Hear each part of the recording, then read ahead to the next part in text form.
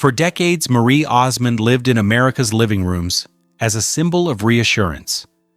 She was the smiling girl with the gentle voice, the dependable presence on family television, at a time when parents wanted safety and familiarity.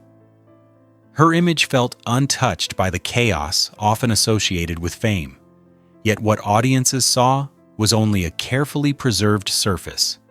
Behind the scenes, Marie lived a far more complicated reality, shaped by relentless expectations and emotional restraint. From a very young age, she learned how to perform not only on stage, but in life, how to smile when tired, how to comply when overwhelmed, and how to remain silent when confused or hurt. Her public cheerfulness was not deception, it was survival. While America embraced a polished version of Marie, the real person navigated constant pressure, responsibility, and emotional isolation. Her story is not about hidden scandal, but about what happens when a child grows up under the weight of perfection and learns that approval depends on never letting the mask slip. A childhood defined by duty. Marie Osmond's childhood unfolded under rules far different from those of most children. Born into a large, disciplined household where music and faith shaped daily life, she learned early that structure came before comfort.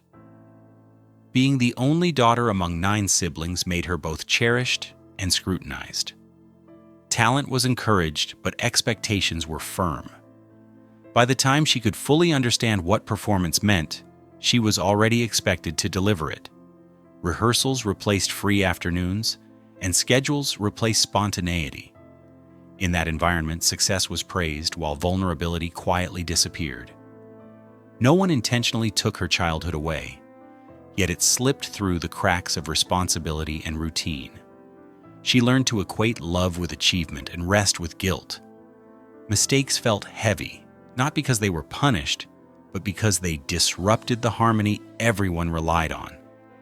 Marie grew up learning how to endure rather than explore. That early conditioning shaped how she approached adulthood, always prepared, always responsible, and always careful not to ask for more than she was already giving. Becoming a brand before becoming herself. As Marie's visibility grew, so did the distance between who she was and who she was expected to be. The entertainment world did not see a developing child. It saw potential, consistency, and reliability. Slowly, her name became more than a person. It became a brand. Decisions were made around her schedule, her appearance, and her public image, often without room for personal preference. She learned how to present herself professionally long before she understood her own emotions. Saying no was not part of the vocabulary. Fatigue became normal. Silence became useful. While audiences admired her confidence, Marie privately struggled with feeling interchangeable, as though her worth depended entirely on meeting expectations. The discipline that once felt protective began to feel confining. She wasn't rebelling, she was surviving. Over time, the line between performance and identity blurred. The world celebrated her reliability, never realizing that behind it was a young woman still trying to understand who she was when no one was watching. Growing up under a spotlight. Marie's teenage years passed under constant observation. While other young people experimented, made mistakes, and changed directions, she was expected to remain steady and composed. Fame magnified everything: her successes, her insecurities, and her self-doubt. Being admired did not erase loneliness. In some ways, it deepened it. She wanted connection, but relationships felt complicated when privacy barely existed. Emotional growth happened quietly, without guidance or space to fail. The expectations placed on her were not always spoken, but they were always present. She learned how to read a room, how to adapt, and how to keep discomfort invisible.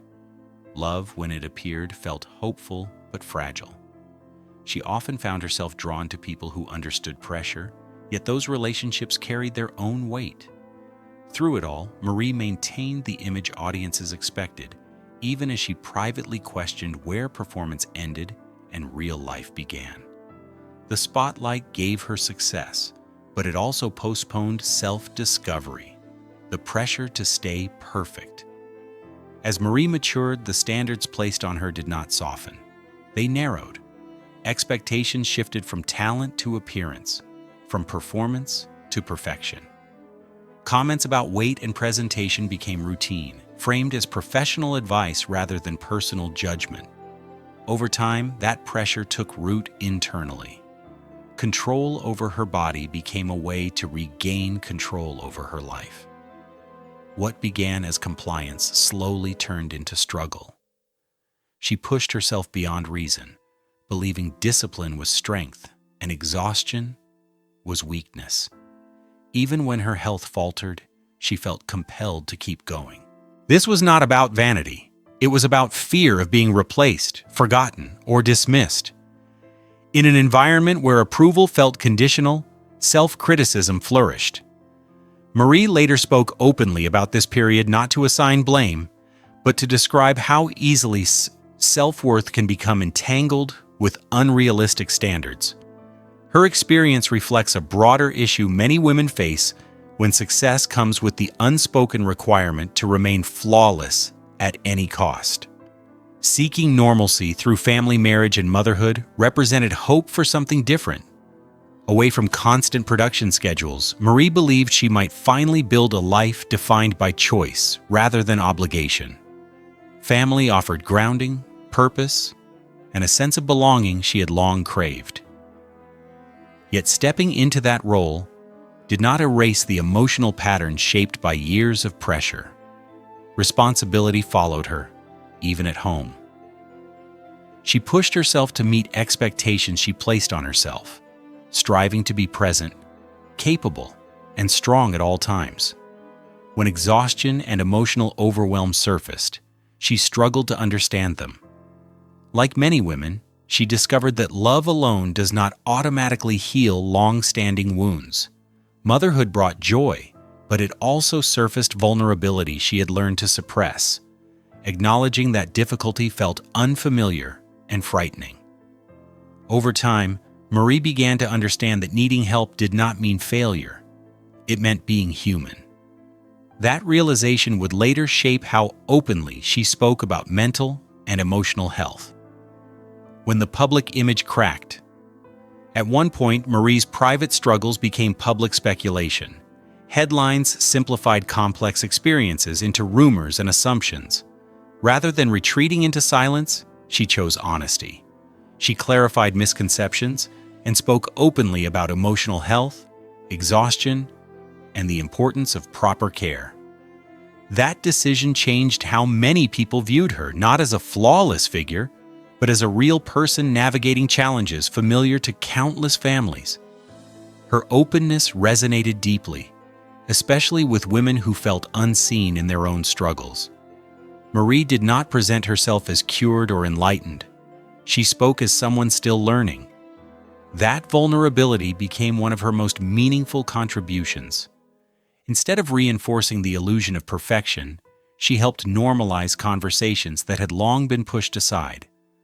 The moment marked a turning point.